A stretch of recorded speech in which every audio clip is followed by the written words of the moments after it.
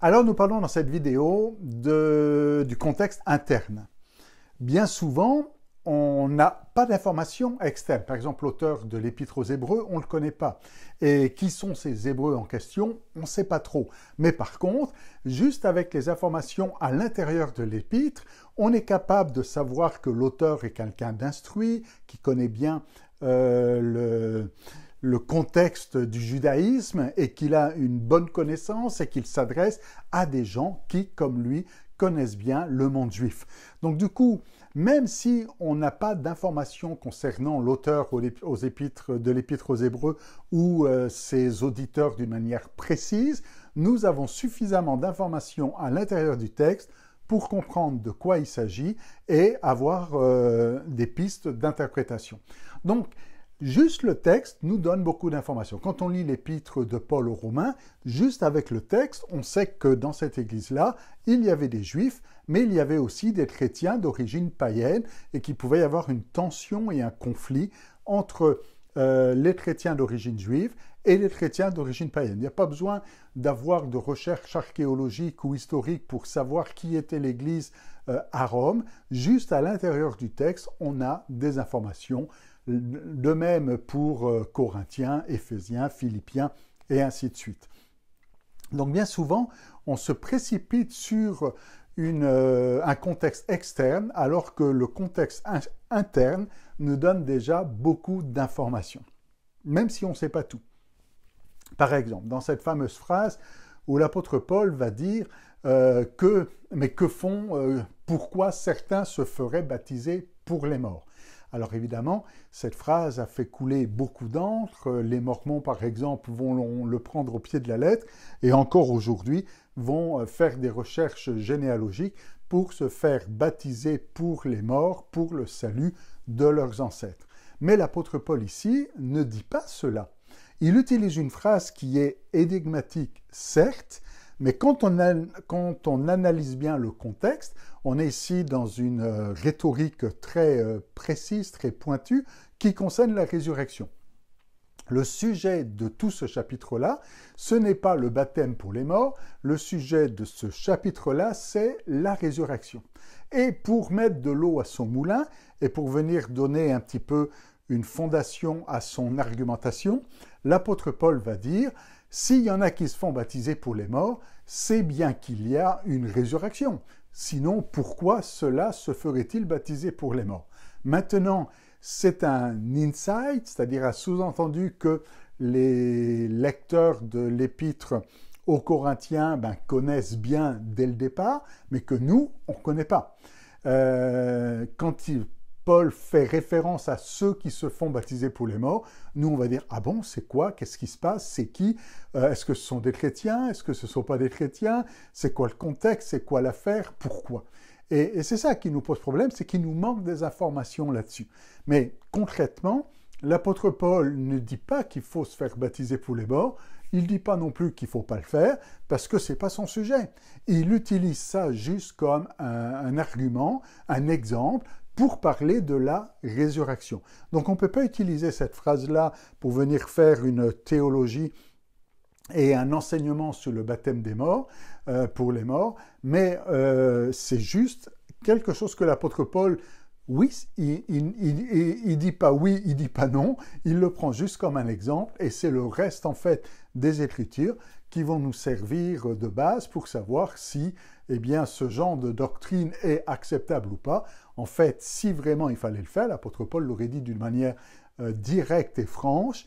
Ici, il le fait juste en passant, et je le répète encore, ce n'est pas son sujet, son propos, c'est la résurrection des morts. Alors c'est ça le problème, c'est que on oublie le sujet global et on se focalise sur un mot et une phrase. Alors que ce qui est important lorsqu'on veut comprendre le sens de l'écriture, c'est pas d'aller prendre juste un mot, d'aller prendre juste un petit extrait, mais c'est de comprendre l'ensemble. Quand vous prenez une parabole, ce qui est important dans une parabole, c'est pas de comprendre le petit détail ou cet autre petit détail, mais c'est de comprendre l'ensemble. Qu'est-ce que Jésus veut nous enseigner au travers de cette parabole? Et c'est ça l'important ici dans un contexte interne. Et bien souvent, on a tendance à tout de suite aller à un autre verset et à sauter et à aller faire des connexions bibliques avec tous les passages et tous les chapitres et tous les livres de la Bible trop rapidement, alors qu'à l'intérieur du texte, il y a déjà la réponse dont on a besoin. Par exemple, quand Jean-Baptiste fait cette prophétie concernant Jésus, en disant « Moi, je vous baptise d'eau, mais lui, il vous baptisera de Saint-Esprit et de feu. » Alors certains vont dire le baptême du Saint-Esprit et de feu, eh bien c'est ce qui se passe le jour de la Pentecôte, où ils ont été baptisés du Saint-Esprit et des langues de feu sont descendues sur eux. Oui et non. Oui, c'est bien ce qui se passe le jour de la Pentecôte, c'est-à-dire la référence à ce baptême dans l'Esprit, mais concernant le baptême de feu, c'est toute une autre affaire. Le baptême de feu, certes, il y a le mot feu, et que le jour de la Pentecôte, il y a des langues de feu, mais on oublie que dans les paroles de Jean-Baptiste, il y a le mot feu, le verset juste en dessous. Et alors, plutôt que de connecter feu de ce baptême de feu avec les langues de feu des Actes des Apôtres, on doit le connecter avec la phrase qui est juste après, c'est-à-dire donner priorité au contexte le plus proche avant d'aller chercher un contexte plus loin. Et c'est quoi le contexte le plus proche ? Eh bien, c'est cette séparation du bien et du mauvais, de la paille et du bon blé, que la paille est jetée dans le feu, dans un feu qui ne s'éteint jamais, le feu de la géhenne, et le feu ici fait référence à ce baptême de feu. Pourquoi ? Parce que dans le contexte de Jean-Baptiste, on attend le Messie, un Messie eschatologique, un Messie de la fin des temps, un Messie qui vient apporter le Saint-Esprit, qui vient remplir du Saint-Esprit, et un Messie aussi qui amène un jugement dernier. Et là, c'est une déclaration prophétique. Et c'est toujours ça qui est un petit peu des fois mêlant dans les déclarations prophétiques, c'est que dans la même déclaration prophétique, il peut y avoir deux temps complètement différents, et c'est ce qui se passe ici avec cette déclaration de Jean-Baptiste.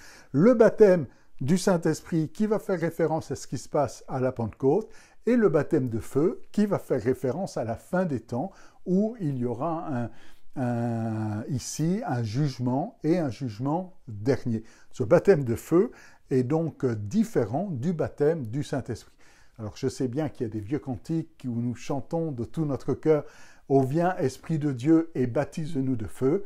Alors oui, baptise-nous de feu, mais pas le feu dont il est question ici dans cette parole de Jean-Baptiste.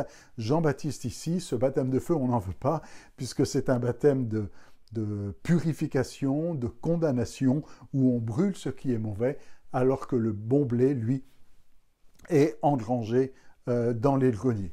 Alors, ne faisons pas ce genre de connexion. Vous allez dire, mais là, votre interprétation, elle est bizarre. Non, regardez au début des Actes des Apôtres, dans Actes chapitre 1er, quand Jésus lui-même reprend la parole de Jean-Baptiste en disant « Jean a baptisé d'eau, mais vous serez baptisés du Saint-Esprit », Jésus ne dit pas « et de feu ». Il dit « et vous serez baptisés du Saint-Esprit », et quand il fait référence à la Pentecôte, il fait juste référence à ce baptême du Saint-Esprit, parce que ce baptême de feu est encore quelque chose qui doit venir plus tard dans des temps prophétiques, dans des temps eschatologiques, c'est-à-dire des temps de la fin des temps. Donc ne commettons pas l'erreur de vouloir interpréter trop vite en connectant des passages avec des choses très loin, alors que la réponse est tout près. Donc donnez priorité au contexte le plus proche, le plus intime, c'est la proximité ici qui devrait être la priorité. Je prends un autre exemple, un exemple bien connu, celui où Jésus parle à Nicodème dans Jean chapitre 3. Et il dit, on ne sait pas trop quelle est la question que Nicodème est venu poser à Jésus.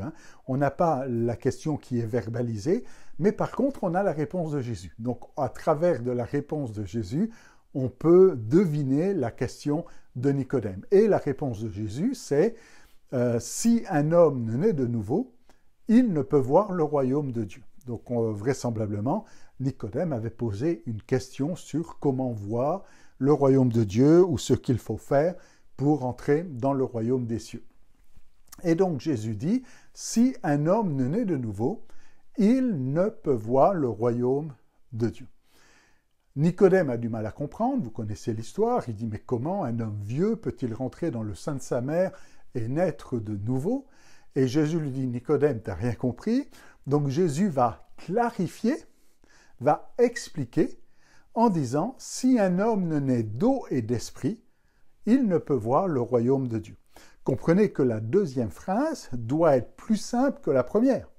La première, c'est « Si un homme ne naît de nouveau, il ne peut voir le royaume de Dieu parce qu'il ne comprend pas. » Jésus va dire à Nicodème une phrase simplifiée, une explication. Alors c'est là où ça devient des fois complexe, c'est que pour nous, l'explication est plus difficile que la première phrase. Parce que cette explication, c'est « Si un homme ne naît d'eau et d'esprit, il ne peut voir le royaume des cieux. » Et là, malheureusement, trop souvent, de la même manière qu'avec le baptême de feu, certains se précipitent pour, comme il est question de naître d'eau et d'esprit, eau, esprit, on a tout de suite connecté ça avec baptême d'eau, baptême du Saint-Esprit. Ça fait peut-être une belle analogie, une belle allégorie, un beau symbolisme peut-être, mais ce n'est pas ce que Jésus est en train de dire. Jésus n'est pas en train de parler du baptême d'eau. Et il n'est pas en train de parler du baptême dans le Saint-Esprit. Il est en train de dire « Nicodème, tu ne comprends pas ce que veut dire naître de nouveau. Je te l'explique. Naître de nouveau égale naître d'eau et d'esprit. » Comprenez? Naître de nouveau égale naître d'eau et d'esprit. Et juste la phrase d'en dessous donne des explications. Vous voyez, il n'y a pas besoin d'aller bien loin. Juste la phrase d'en dessous, il dit « Ce qui est né de la chair est chair, ce qui est né de l'esprit est esprit. » Alors, regardez bien la symétrie ici. Naître d'eau et naître d'esprit. Ce qui est né de la chair est chair, ce qui est né de l'esprit est esprit. On comprend que dans la deuxième déclaration, ce qui est né de l'esprit est esprit, fait référence à naître d'esprit. Donc du coup, dans le premier bloc, ce qui est né de la chair est chair, fait référence à naître d'eau. C'est-à-dire naître d'eau, né de la chair, et là, il n'y a pas besoin de réfléchir trop longtemps pour réaliser que dans cette naissance physique, dans cette naissance charnelle, eh bien l'enfant naît à partir d'une poche d'eau. D'ailleurs, tout commence à partir de la perte des os, et c'est de l'eau qu'il y a eu cette première naissance. Donc naître d'eau fait référence à la naissance naturelle, et naître d'esprit fait référence à une naissance spirituelle. Ce que Jean-Baptiste ne comprenait pas, c'est que quand Jésus disait qu'il fallait naître de nouveau, il pensait qu'il fallait une deuxième naissance naturelle, rentrer dans le sein de sa mère à nouveau. Alors que Jésus lui dit non, c'est naître d'eau et naître d'esprit. Les deux naissances ne sont pas de la même nature et du même type. La première est née de la chair, et ce qui est né de la chair est chair. La deuxième est une naissance spirituelle. Ce qui est né de l'esprit est esprit. Et quand Jésus continue ensuite à développer en disant que le vent souffle où il veut, et qu'il finit, il conclut en disant « Il en est ainsi de tout ce qui est né de l'esprit ». Et il ne fait plus référence ici à naître d'eau, mais il reste juste avec « né de l'esprit » parce que, finalement, naître de nouveau égale naître de l'esprit. Pour naître de nouveau, il faut déjà naître une première fois, naître d'eau, naître de la chair, et pour naître de nouveau, il faut naître une deuxième fois, c'est-à-dire naître d'esprit dans une naissance spirituelle. Vous voyez que pour ce genre d'interprétation, eh bien, il n'y a pas besoin d'aller bien loin, il suffit de rester avec le contexte immédiat, le contexte eh bien, du passage, ce qui a le plus proche du passage, et privilégier l'interprétation la plus simple, la plus logique et celle qui correspond au texte le plus proche. Ce n'est pas la peine de tout de suite aller chercher l'Apocalypse ou aller chercher la Genèse ou tel prophète ou tel autre prophète, mais simplement de se poser la question « Qu'est-ce que le texte est en train de me dire ?» Alors, n'allez pas chercher quand vous voulez interpréter un passage tout de suite des connexions intertestamentaires ou d'un livre à l'autre, mais commencez par dire qu'est-ce que l'auteur est en train de dire, et vous allez voir qu'en regardant le contexte immédiat, vous aurez des pépites et des trésors, des choses extraordinaires. On a trop souvent tendance à lire les histoires comme si elles étaient déconnectées. Vous savez, on lit l'histoire du possédé de Gadara dans Marc chapitre 5, par exemple, et puis on dit, bon, ça c'est une histoire, après ça c'est une autre histoire. Non, non, mais l'histoire qui est juste avant, alors c'est sûr que c'est la fin du chapitre 4, il y a le chapitre au milieu, mais les chapitres, ça a été rajouté par l'évêque de Canterbury bien après la rédaction des textes. Les chapitres, il n'y avait pas de chapitre au départ dans l'Évangile, les textes se suivaient. Et si vous connectez ces deux histoires ensemble, vous voyez que Jésus est sur le bord du rivage, il dit « passons de l'autre bord », il traverse donc le lac de Génézareth, ils arrivent en pays des Génézariens, il chasse ici une légion de démons de cet homme, et qu'est-ce qu'il fait après? Il revient sur le point de départ. Donc les deux histoires fonctionnent ensemble, on est à un endroit, on va à l'autre bord et on revient. Mais c'est au moment où ils vont sur l'autre bord qu'une tempête se lève sur le lac, qui est là un petit peu comme un obstacle pour les empêcher d'aller sur l'autre bord. Et quand on connecte les deux histoires ensemble, on voit qu'il y a comme des forces démoniaques et sataniques qui se mettent en obstacle pour empêcher Jésus de faire la mission, parce qu'en fait, il a traversé pour une personne. Il a traversé pour une seule personne, pour délivrer et libérer une seule personne de sa légion de démons. Quand on connecte les histoires ensemble et quand on regarde le contexte, ça change beaucoup de choses. Je prends un autre exemple. Dans Luc chapitre 15, vous avez l'histoire de la brebis perdue. Ensuite, vous avez l'histoire de la drachme perdue. Ensuite, vous avez l'histoire du fils perdu ou du fils prodigue. Ces trois histoires, ces trois récits fonctionnent ensemble. C'est pas une parabole, ensuite une autre. Non, non, les trois marchent ensemble, c'est les trois perdus, on pourrait dire ensemble. Mais la première phrase de Luc 15 qui introduit un petit peu ces paraboles a toute son importance. Ça commence comment? Ça commence par des hommes religieux, des pharisiens, des sadducéens, qui reprochent à Jésus de manger avec des publicains, des gens de mauvaise vie, ou des prostituées dans d'autres cas. Eh bien, on reproche à Jésus d'être avec des gens de mauvaise vie. Et il est dit, mais Jésus leur raconta cette histoire, ou cette parabole. Donc en fait, la parabole de la brebis perdue est une réponse à cette critique, à ce reproche. Jésus, qu'est-ce que tu fais à manger avec ces gens de mauvaise vie? Et quand on connecte cette phrase d'introduction avec la parabole, ça vient donner un sens particulier à la parabole. Donc le contexte de la parabole nous aide à mieux comprendre la parabole.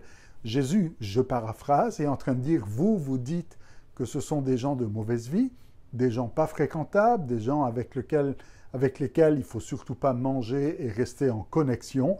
Mais pour moi, ce sont des brebis inoffensives, des brebis perdues, qui vont procurer beaucoup de joie quand on les retrouve et quand on les ramène dans le troupeau, plutôt que de rester 99 dans le troupeau et ne pas se soucier de cette brebis perdue. Jésus est ce bon berger qui est venu chercher et sauver ceux qui étaient perdus, et là je fais référence à un autre contexte.